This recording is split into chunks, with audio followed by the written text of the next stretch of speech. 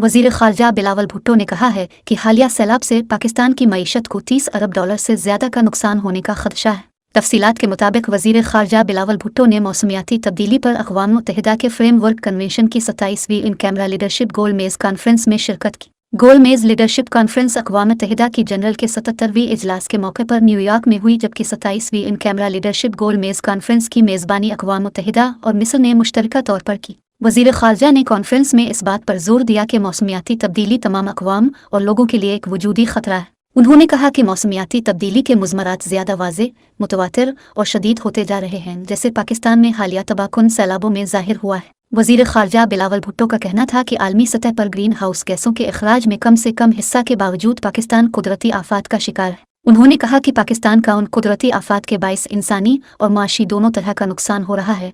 सैलाब के बाइस कीमती जानों, मईशत और अहम इंफ्रास्ट्रक्चर को बड़े पैमाने पर नुकसान पहुंचा है। वज़ीर ख़ारजा का कहना था कि हालिया सैलाब से पाकिस्तान की मईशत को 30 अरब डॉलर से ज़्यादा का नुकसान होने का खदशा है। इसके अलावा बिलावल भुट्टो ने अक़वाम मुत्तहिदा के इजलास में शरीक ममालिक के रहनुमाओं के साथ मुलाकात के दौरान इजहार करदा जज्बात को सराहा और आबोहवा की बेहतरी के लिए सरसब्ज़ और शादाब दुनिया की बेहतर अंदाज में तामीर के लिए इज्तिमाई और फौरी इक़दामात की ज़रूरत पर जोर दिया। वज़ीर ख़ारजा ने सबसे ज़्यादा मौसमियाती ख़तरात से 2-4 ममालिक की मदद के लिए ग्रीन मार्शल प्लान पर भी जोर दिया।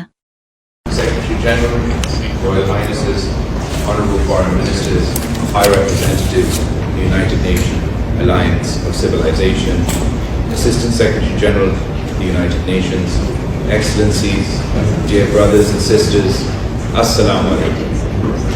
I welcome you all to this annual coordination meeting of the Foreign Ministers of Member States, the Organization of Islamic Cooperation. We are happy to revive this annual tradition which was interrupted by the COVID pandemic. We commend the leadership role of the Kingdom of Saudi Arabia as the OIC Summit Chair. We also express an appreciation and gratitude to the OIC Secretary General and the General Secretary for facilitating the organization of this important meeting. Today's annual coordination meeting, as our other periodic meetings, is being held to further coordinate the positions, especially on issues on the agenda of the current United Nations General Assembly. It is also an opportunity to reinforce political will on following up actions on resolutions and decisions of the OIC, including those adopted at the 48th session of Foreign Ministers in Islamabad on March 2022. Excellencies, we are meeting at a critical moment in world history. The structures for the preservation of international peace and security established in 1945 are under considerable stress. Simultaneously, a series of shocks, the COVID pandemic, rising commodity prices, climate change, and contracting world economies have halted progress towards the sustainable development goals in the developing world, and as a result, intensified inequality within and among states, including many Islamic countries.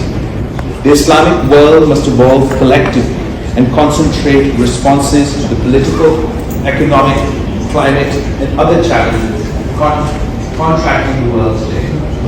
In 1945, Islamic countries were unable to express, advocate, or defend the vital interests of their people in the creation of the first post-war world order.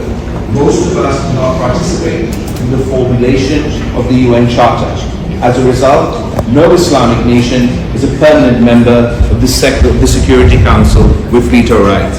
75 years ago, the peoples of the Muslim world are free and independent today. The current world order is undergoing transition.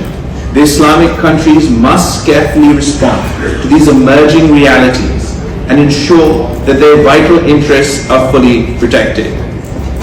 As the second largest international organization, our collective effort should seek to preserve the national security, sovereignty, and territorial integrity of each of our member states.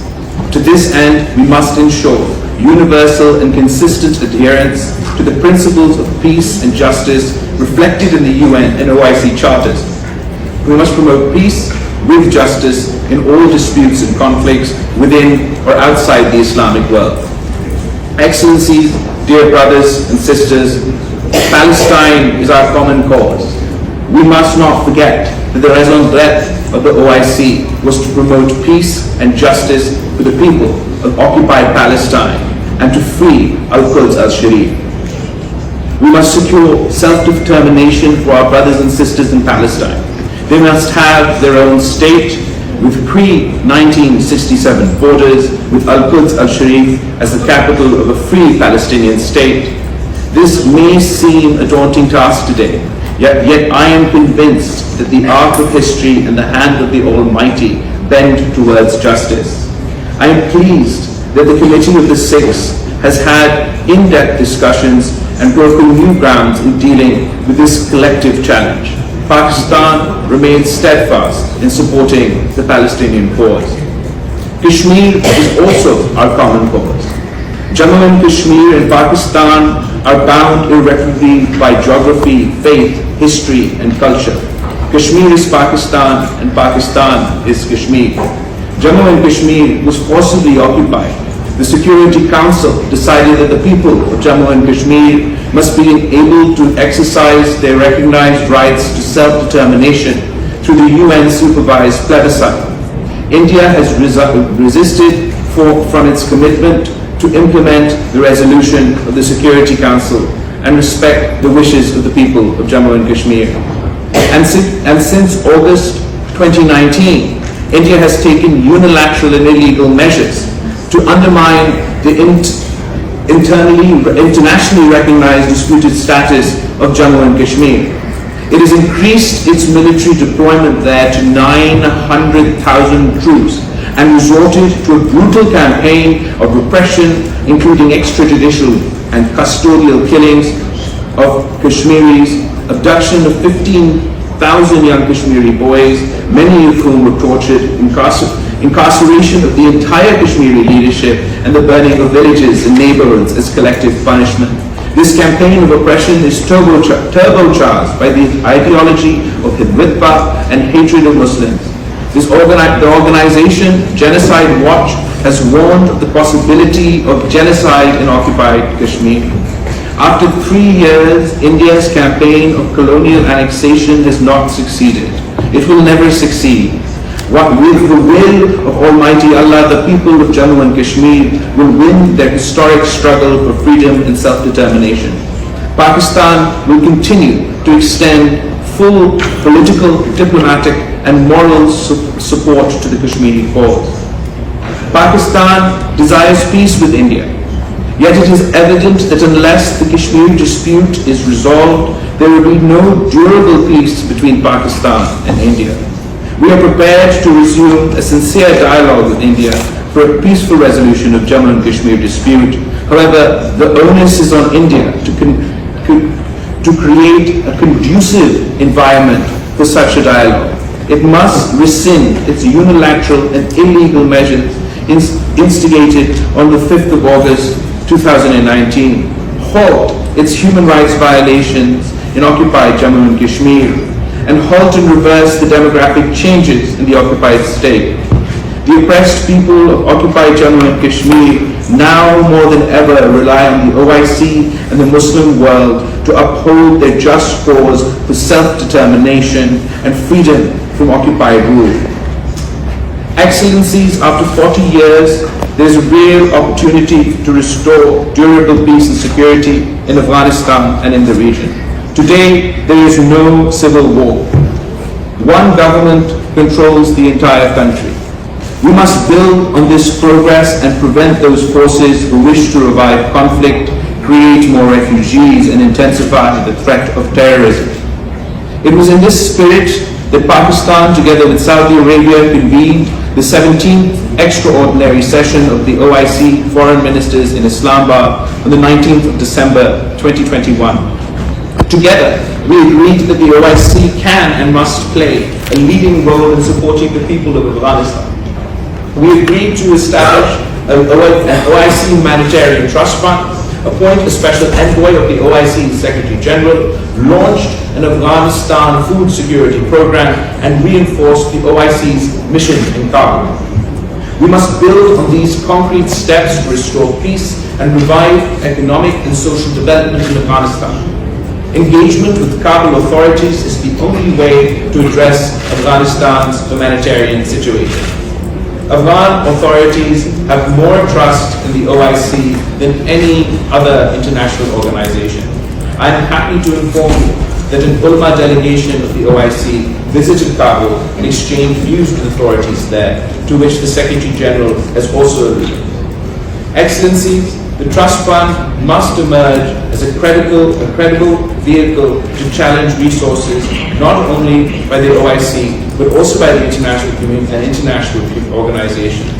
This Trust Fund needs more resources to provide credible assistance platforms for the Afghan people and forge partnership with the international community and donor organizations. The OIC has a real chance to enhance its leadership on Afghanistan.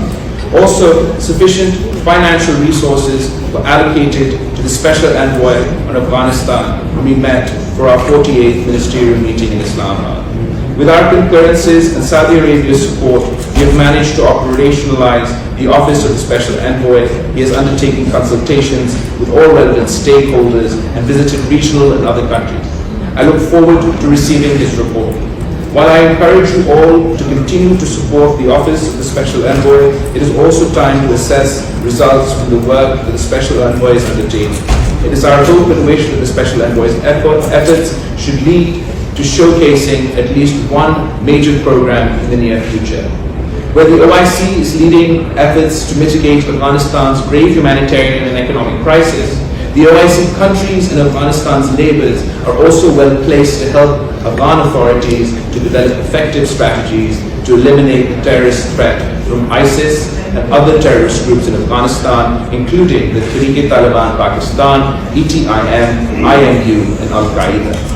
Excellencies, we must also address the several unresolved festering conflicts within the Islamic world. The Muslim world has been beset by conflict and violence, often as a consequence of foreign intervention. More than 70% of today's global conflicts, disputes, and security challenges are within the OIC countries. Commensurate with the status of the OIC, we must evolve its institutional framework and tools to address the challenges of peace and security within the Islamic world. It is important that we identify how the OIC can equip itself with the tools required to promote conflict prevention, mediation, reconciliation, and peace building within and outside the Muslim world. I am pleased that discussions on fully activating the OIC's peace and security architecture, as called for in the Islamabad Declaration, have commenced. I thank the Secretary General for initiating formal exchanges on this issue, and I also thank you. I encourage you to share your views on how the OIC can devise processes to address contemporary challenges and conflicts confronting the Muslim Ummah. On my part, I suggest that the General Secretariat undertakes a comprehensive gap analysis of the OIC peace and security-related institutional frameworks in comparison to similarly situated regional and sub-regional organizations. Develop a roadmap for regular engagement and discussions to feed into the ministerial engagement on this issue during 2022 and 2023. Excellencies, if we are the masters of our own destiny, the Islamic world and each nation and each of our nations must achieve genuine economic independence.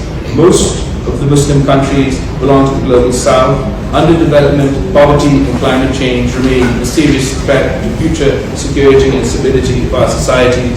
In an era of economic, financial unpredictability, development partnerships amongst OIC member states are of vital importance. During the current UN General Assembly session, the OIC countries must work with developing countries to address this triple challenge of recovery from the COVID pandemic, achievement of the SDGs, and the existential threat of climate change.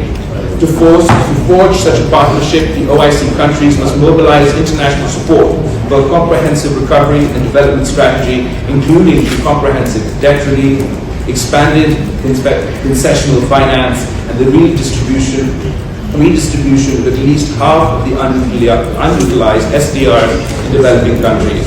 The OIC must also strengthen its capacity to develop new and emerging technologies.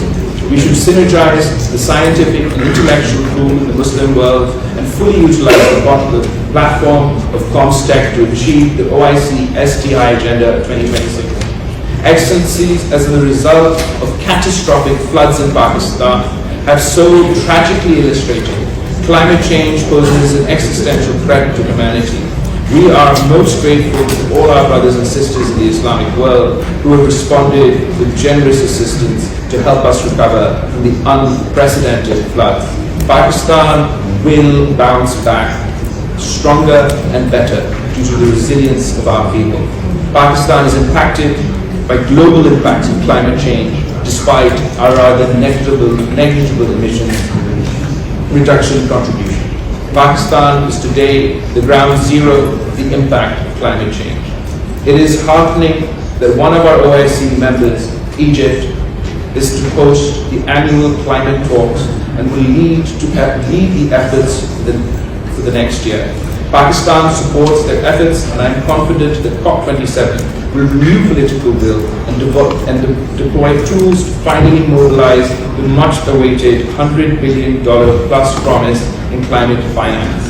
Allocate half for adaptation, establish a financing facility to compensate developing countries for loss and damage, urge the industrialized countries to achieve net minus carbon emissions by 2050, and to fund the extra costs of climate mitigation by developing countries. Excellencies, as we protect our sovereignty, we must also protect our faith. Islamophobia is a reality. Today, Islamophobia is manifested in negative profiling of Muslims, stigmatization, deliberate vandalization of the Islamic symbols and holy sites, killings by cow vigilantes, discriminatory laws and policies, ban on the hijab, attacks on mosques, and anti-Muslim migration policies. The worst manifestation of Islamophobia is the Witwa-inspired India, driven by the ideology of hate against Muslims. The RSS regime is executing its centuries-old plan to transform India into an exclusively Hindu state. We are particularly alarmed by the recent calls by extremist groups for genocide against Indian Muslims. Calls from some of India's ruling party leaders for Akhund Bharat implies an irreverent agenda of expansion and aggression. We have all welcomed the adoption of the UN General Assembly's landmark resolution on behalf of the OIC countries designating the 15th of March as the International Day to Combat Islamophobia. The momentum generated by this resolution should be maintained. We should strengthen the OIC's Islamophobia observatory. We look forward to the OIC Secretary General's appointment of a special envoy on Islamophobia, as decided at the Islamabad Foreign Ministers Conference.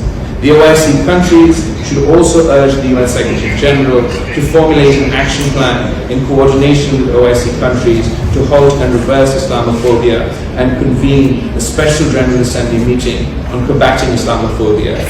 The 57-member OIC is the largest international organization after the United Nations. At this inflection point in history, we confront multiple challenges, but there are also new opportunities for the OIC to seize and play a major role in reshaping the content and structures of the emerging era. Pakistan will work with all OIC member states to mobilize our collective endeavors to this end. I thank you all.